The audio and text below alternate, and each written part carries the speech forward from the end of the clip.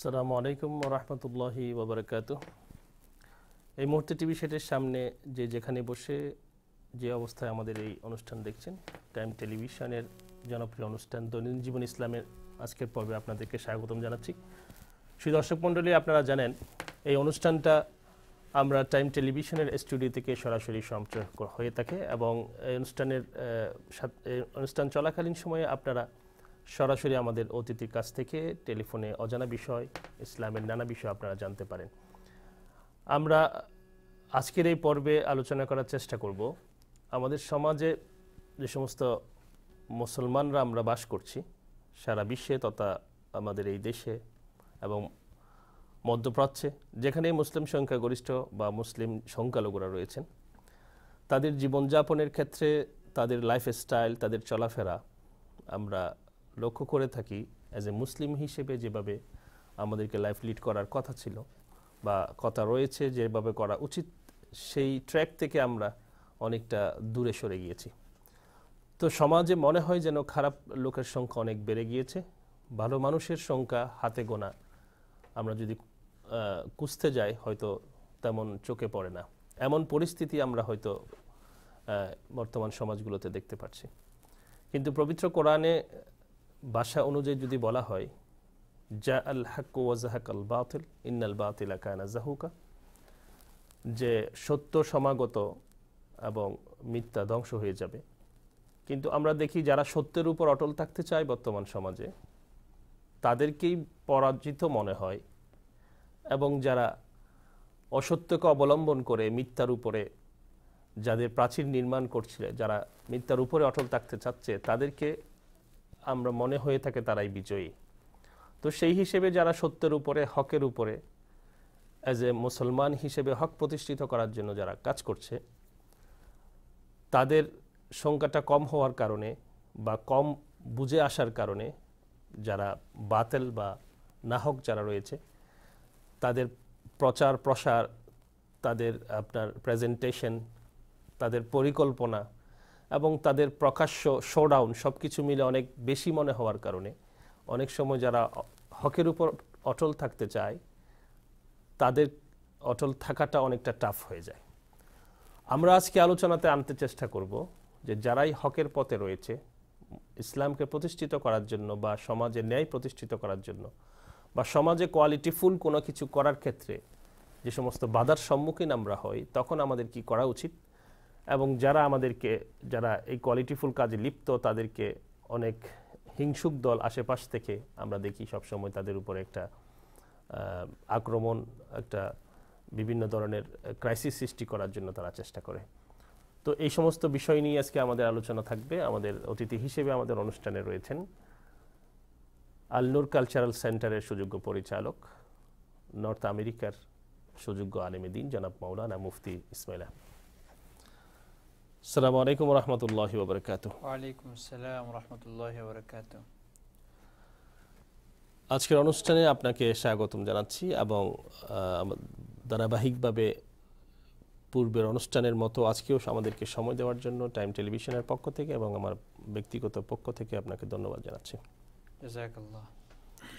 আমরা ইতিমধ্যেই রমজানের এক মাস সিয়াম সাধনা পালন করেছি এবং রমজানের পরে একটা এপিসোড আমরা অলরেডি করেছি, এবং শাওয়াল মাসের যে আমলটা 6 রোজা সম্পর্কে আমরা বলেছিলাম, এবং আলহামদুলিল্লাহ আমাদের মুসলিম কমিউনিটিতে অনেক ভাই ইতিমধ্যে তাদের 6 রোজা শেষ করেছেন, কেউ করছেন, কেউ হয়তো শেষের দিকে।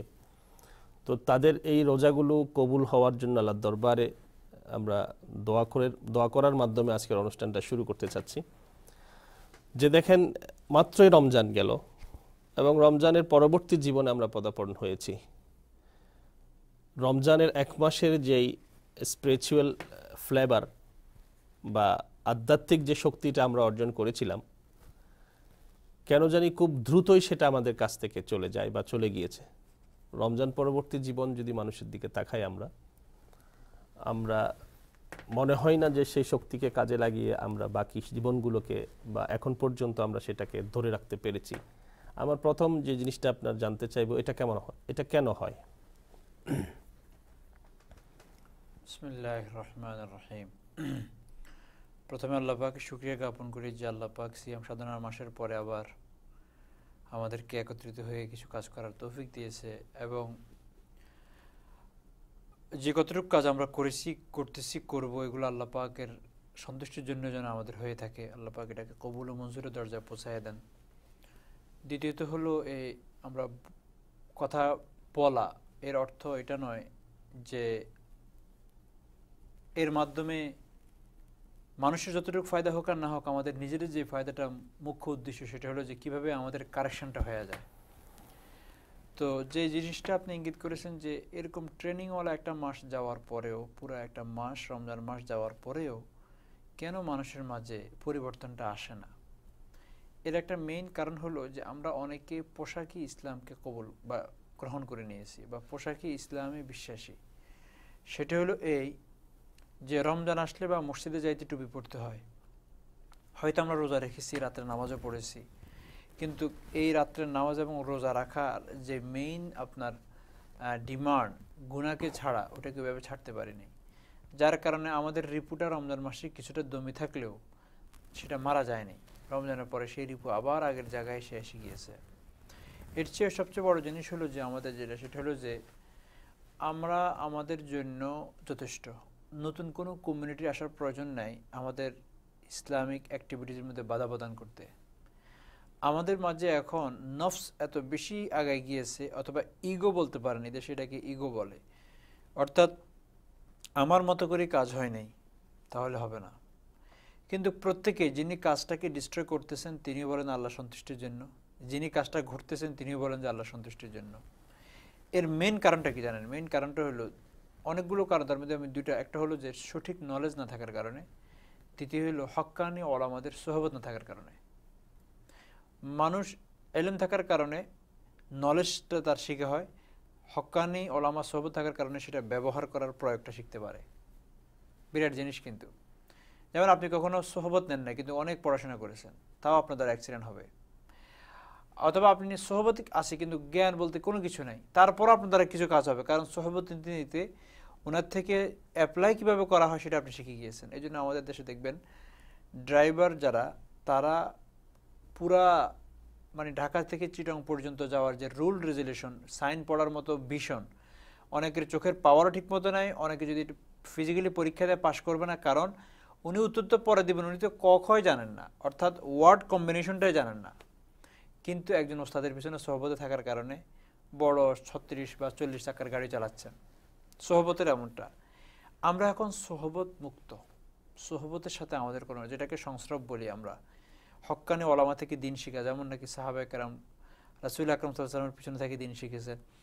এই জিনিসটা থেকে আমরা বঞ্চিত হওয়ার কারণে দেখবেন আপনি ইয়াং অথবা কলেজ গোয়িং স্টুডেন্টরা অনেক বিষয় নিয়ে বলে যে এই বিষয়ে আমি অনেক পড়েছি, আর্টিকেল এই সেই, শেষ দেখবেন যে উনি শেষ যা বুঝছেন বা যার উপর আমল করতেছেন সেটা কমপ্লিটলি মাকরু অথবা মাতরুকুল আমল অথবা মানসুকুল আমল, যেটা রহিত হয়ে গিয়েছে, অথবা যেটা সবচেয়ে মানে যে মতামতটা সবচেয়ে দুর্বল ওর উপর আমল করতেছেন, এই মনে করে যে এটাই সবচেয়ে স্ট্রং, বিকজ সোহবত নেই, সংস্রব নেই। তো সমাজে আপনি মক্তব, মসজিদ, স্কুল, কলেজ, আরও ব্যবসায়িক প্রতিষ্ঠান থেকে নিয়ে আরও যা আছে সবগুলোর দিকে তাকানোর পরে দেখা যাবে যে মানুষ এখন ইগোর দাসত্ব করতেছে, হিংসার দাসত্ব করতেছে। এরপরে আপনার মনমানি অথবা চাহিদা বলতে পারেন, খায়শাত নফসানি বলেন, এগুলোর গোলামত্ব করতেছে।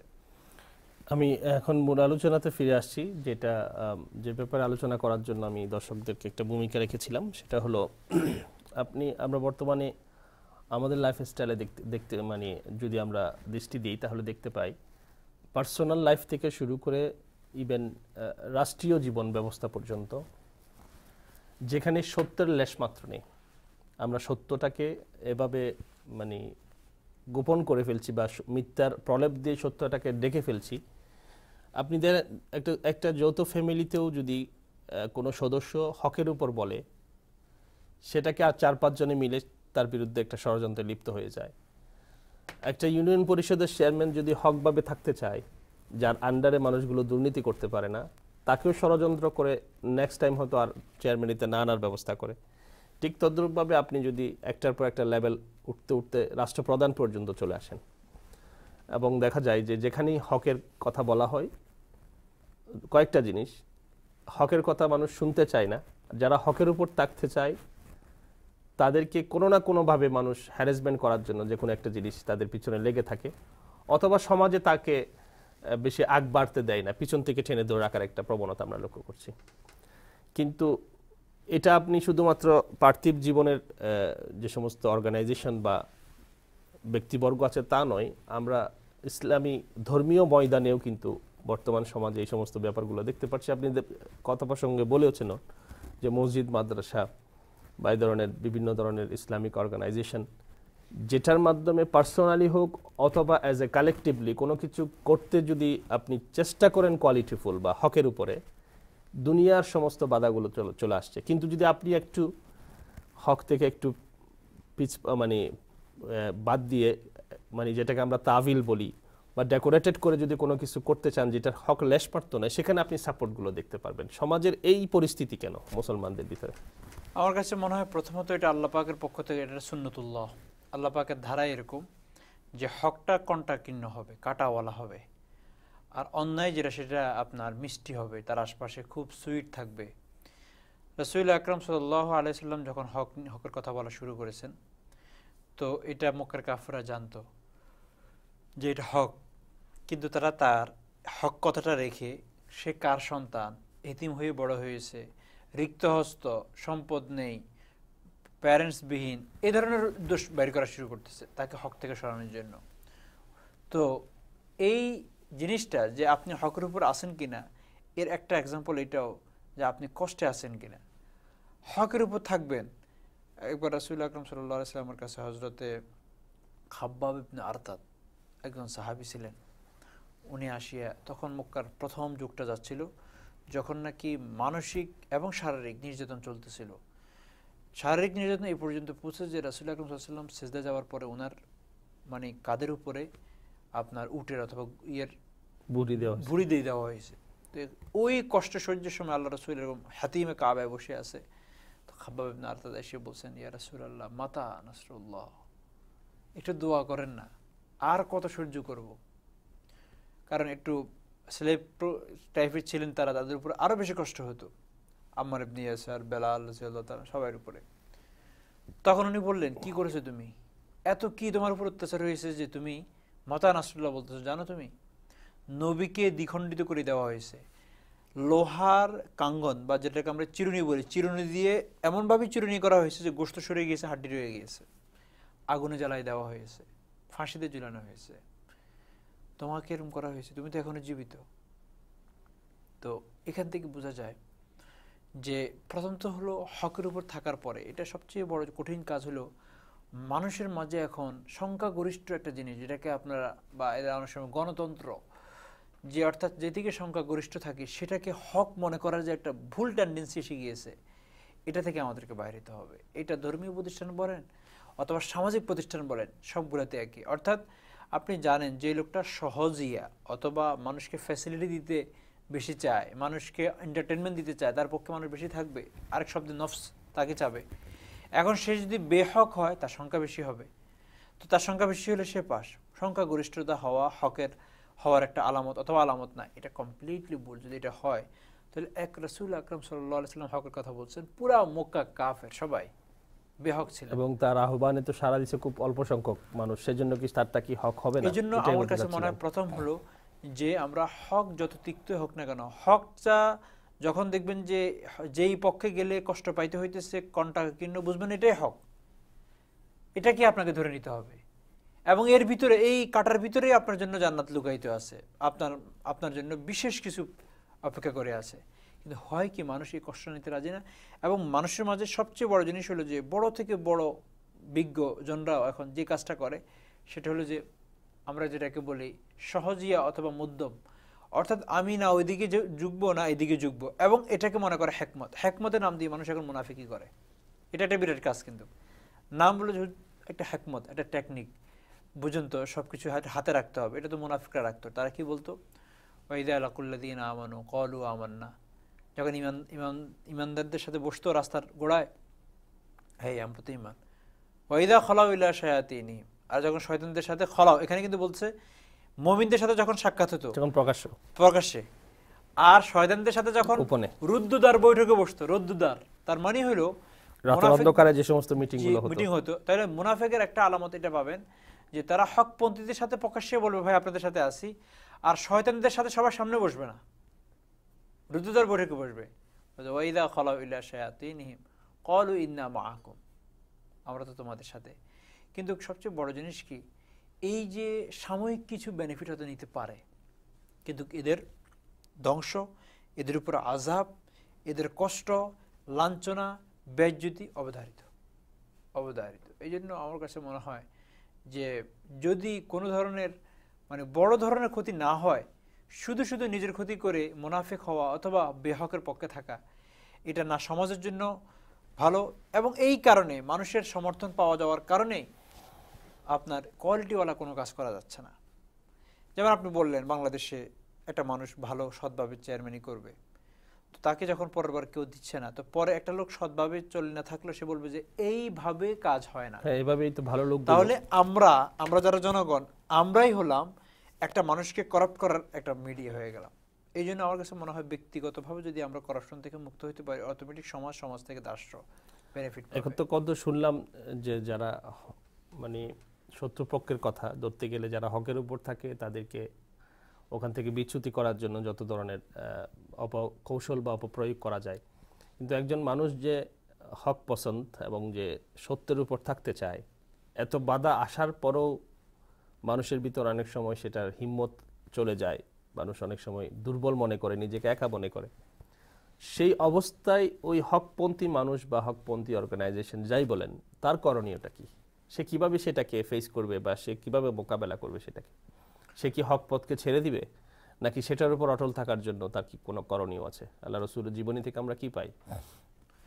প্রথম তো হলো হযরত ইয়াকুব আলাইহিস সালামের ঘটনা বলবো। হযরত ইয়াকুব আলাইহিস সালাম যখন নাকি বিপদ পড়েছেন, যে ছেলে হারিয়ে গিয়েছে, তো একটা শব্দ বলছেন ফাসবরুন জামিল। প্রথম হলো ওয়াস্তাঈনু বিস-সাবরি ওয়াস-সালাহ, এটা।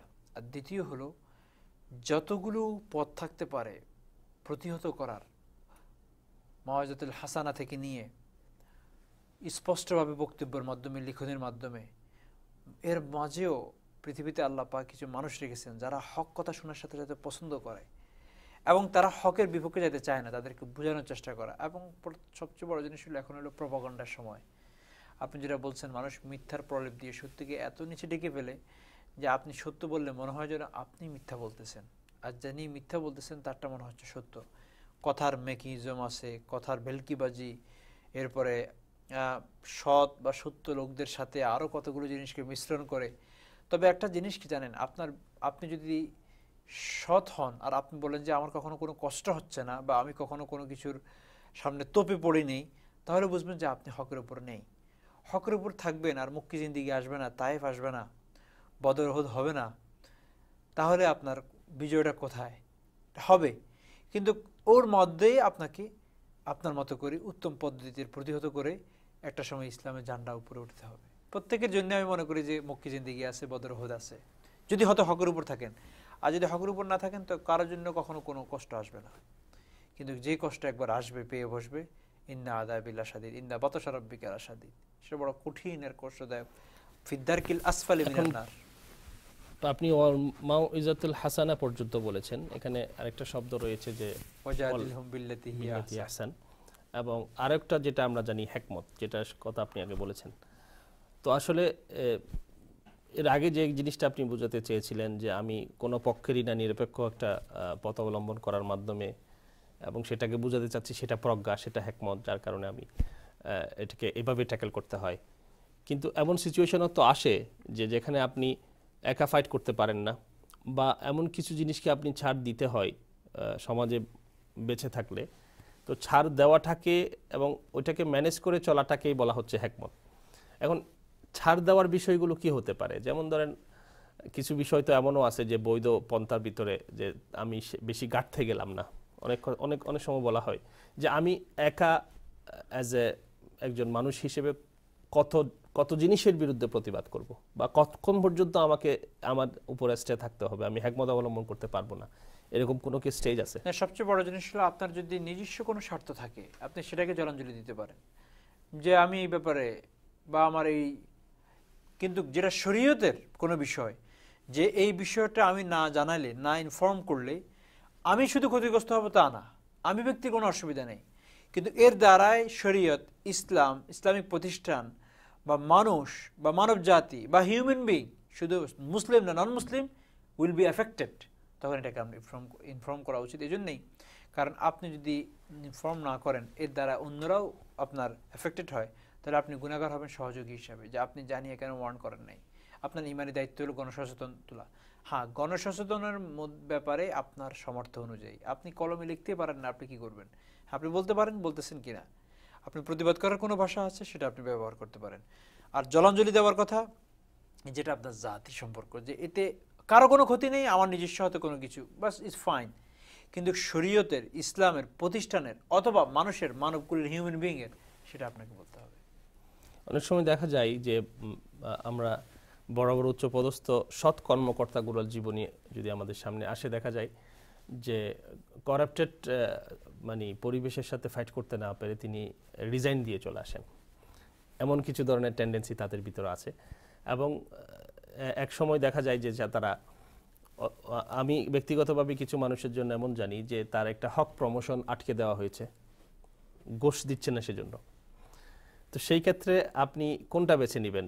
যে সমাজ যেহেতু ঘুষের প্রচলন বা এটা সমাজের ব্যবস্থাটা এমন হয়ে গেছে যেখানে হক জিনিস আদায় করতে হলেও ঘুষ দেওয়া হয়, তো এই ক্ষেত্রে আমি কোনটা বেছে নিতে পারি? সমাজের সাথে গড্ডালিকা প্রবাহে গা ভাসিয়ে আমার ঘুষ দিয়ে প্রমোশনটা নিব, নাকি আমি রিজাইন দিয়ে বা যেখানে আছি সেখানে কাপটি মেরে বসে থাকবো? নেই, এটাকে কিন্তু সবচেয়ে একবারই লাইফের প্রত্যেকটা অ্যাসপেক্টে একটা জিনিস খেয়াল রাখবেন, যে আপনি যখন কোনো বিপদে পড়বেন বা যেটাকে আপনাকে প্রথম বেছে নিতে হবে যে হক কোনটা। হকটা বাঁচার জন্য যদি আপনার শরীর থেকে ব্লাডও দিতে হয়, দিয়ে দিতে হবে। আর হক থেকে একটু সরার কারণে যদি আপনি স্বর্ণের পাহাড়ও পেরে যান, সেখানে যাওয়া যাবে না। তো ওই যে ভাই কখনো বলেন যে রিজাইন, বা এটা হলো মানুষ যখন হক নিয়ে লড়তে পারে না, অথবা বুঝতে পারতেছে যে আমি হকটা প্রতিষ্ঠা করতে পারবো না, তো এর চেয়ে এখানে থেকে অন্যায়কারীদের প্রশ্রয় অথবা অন্যায়কারীদেরকে সমর্থন করারও একটা বেহক কাজ। এর চেয়ে ওটা কিন্তু পিছে সরা না, ওটা হলো হকটাকে আরো সাব্যস্ত করার জন্য, এটা যে তবুও হক হকে, মানে আমি তারপরও অসত্যের উপর মাথা নত করলাম না। এক্স্যাক্টলি এরকম। এবং আল্লাহ রাসূল সাল্লাল্লাহু আলাইহি ওয়াসাল্লামের একটা হাদিস আমরা এভাবে পাই, কিয়ামতের আগে আগে এমন একটা পরিবেশ হবে, তখন পরিবেশের কথা চিত্র বর্ণনা করার পর তখন সাহাবারা জিজ্ঞেস করলো, ইয়া রাসূলুল্লাহ, তখন আমাদের কি করণীয় আমরা যদি এই ধরনের একটা পরিবেশ পেয়ে থাকি? তখন আল্লাহ রাসূল বললেন, তুমি নিজেকে আত্মকেন্দ্রিক করে ফেলো, নিজেকে নিয়ে চিন্তা করো, ইয়া নফসির জমানা যেটা আমরা বলি। আপনার কি মনে হয়, নির্জন এরিয়া চলে যাও, আপনার কি মনে হয় বর্তমান সমাজের চিত্রপট দেখে সেই দিন কি চলে এসেছে এরকম কিছু? একদম চলে না আসলে বেশি দূর নয়, কারণ অসৎ লোকের প্রভাব প্রাদুর্ভাব এত বেশি বেড়ে গিয়েছে যে আপনার সততা এখন এই পৃথিবীতে একটা অপরাধ। আপনি কেন শরাব পান করবেন না, এটা একটা অপরাধ। আপনি সেম ম্যারেজ কেন সমর্থন করেন না, এটা আপনার একটা অপরাধ। মানে গুনাহকে সমর্থন না করা, এটা আপনি অপরাধী, আর গুনাহকে সমর্থন করাটা হলো ইন্টেলেকচুয়াল পারসন। অবস্থাটা এরকম হয়ে গিয়েছে সমাজের টপ টু বটম, উপর থেকে নিচে, সরকারি বেসরকারি, দুনিয়াবি উখরবি, মানে ওয়ার্ল্ডলি কোনো কিছু অথবা স্পিরিচুয়ালি কোনো প্রতিষ্ঠান, যেখানেই যাবেন এই। কিন্তু এর ভিতরে একটা জিনিস, এটা আল্লাহ পাক আমাদেরকে, আমরা তো মক্কা মদিনা জিন্দেগি দেখি নেই, আমরা উহুদ পাহাড় এগুলো কিছুই করি নেই, আমাদের জন্য এটাই, এখানের সাথে ফাইট করে আমাদেরকে সামনে চলতে হবে, এর বিনিময়ে আমাদেরকে জান্নাত দিতে হবে। এটা এরকম না যে আহারে যদি আমি মুক্তি জিন্দেগি আল্লাহ রাসূলের সাথে থাকতে পারতাম, কষ্ট করতে পারতাম, অত কষ্টের প্রয়োজন নেই। এখনই আপনি সত্য কথা বললে আপনার কিছু অ্যানাউন্স কমে যাবে, আপনার সাথে কিছু লোকের ফ্রেন্ডশিপ কমে যাবে, অতটুকুন এটাই আপনার মুক্তি জিন্দেগি। অনেক ধন্যবাদ আপনাকে আজকে গুরুত্বপূর্ণ সমাজের চিত্রপটের পরিপ্রেক্ষিতে কিছু আলাপ করার জন্য, যেখানে আমরা প্রতিনিয়ত হক প্রতিষ্ঠিত করার জন্য যার যার অবস্থান থেকে ফাইট করছে।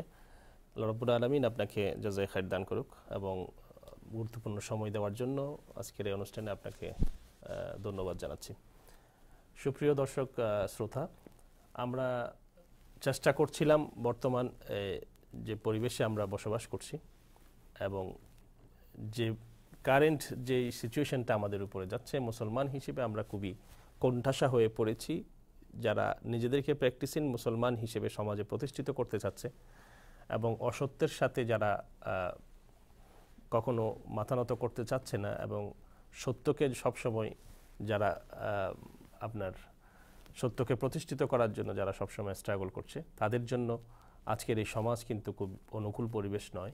চারিদিক থেকে বাধা বিপত্তি, এবং আমাদের বিজ্ঞ আলোচকের আলোচনার মাধ্যমে আমরা যেটুকু জানতে পেরেছি যে আপনি অসত্যকে যত তাড়াতাড়ি গ্রহণ করবেন, সমাজে আপনাকে তত বেশি আধুনিক মনস্ক মানুষ বলবে, এবং বলবে সে খুবই স্মার্ট, সমাজের সাথে তাল মিলিয়ে চলার যোগ্যতা তার রয়েছে। তো কিছু কিছু বিষয় আছে যেখানে তাল মিলানো যায়, আবার ধর্মীয় দৃষ্টিকোণ থেকে কিছু বিষয় আছে যেখানে আপনি তাল মিলাতে পারবেন না, যেখানে অসত্যর সাথে সত্যের দ্বন্দ্ব হয়ে যায়। একজন মুসলমান হিসেবে, আল্লাহ রসুলের শিক্ষা হিসেবে আমরা সবসময় সত্যের পক্ষে থাকব আনটিল যতক্ষণ আমার সামর্থ্য শক্তি রয়েছে। তো আমরা চেষ্টা করব হিংসা বিদ্বেষ, হানাহানি এবং একে অপরকে ট্রিট করা, গীবত করা, মিথ্যা বলা, মিথ্যা অপবাদ দেওয়া, এই সমস্ত মারাত্মক স্পিরিচুয়াল ডিজিজ যেগুলোকে আধ্যাত্মিক রোগ বলা হয়, এগুলো থেকে আমাদেরকে নিজেদেরকে হেফাজত রাখা এবং আল্লাহর কাছে দোয়া করা, এবং যে কোনো কোয়ালিটিফুল এবং সত্যের পক্ষে যারা কাজ করছে তাদেরকে সাপোর্ট করা, এই বিষয়গুলো যেন আমরা অ্যাডপ্ট করতে পারি, আমরা লালন করতে পারি। যেখানেই থাকুন, সুস্থ থাকুন, ভালো থাকুন। আমাদের অনুষ্ঠান দেখার জন্য আপনাদেরকে ধন্যবাদ জানাচ্ছি, এবং পরবর্তী এই সরাসরি সম্প্রচার দেখার জন্য আপনাদেরকে আমন্ত্রণ জানিয়ে আজকের মতো এখানেই শেষ করছি। আসসালামু আলাইকুম ওয়া রাহমাতুল্লাহি ওয়া বারাকাতুহু।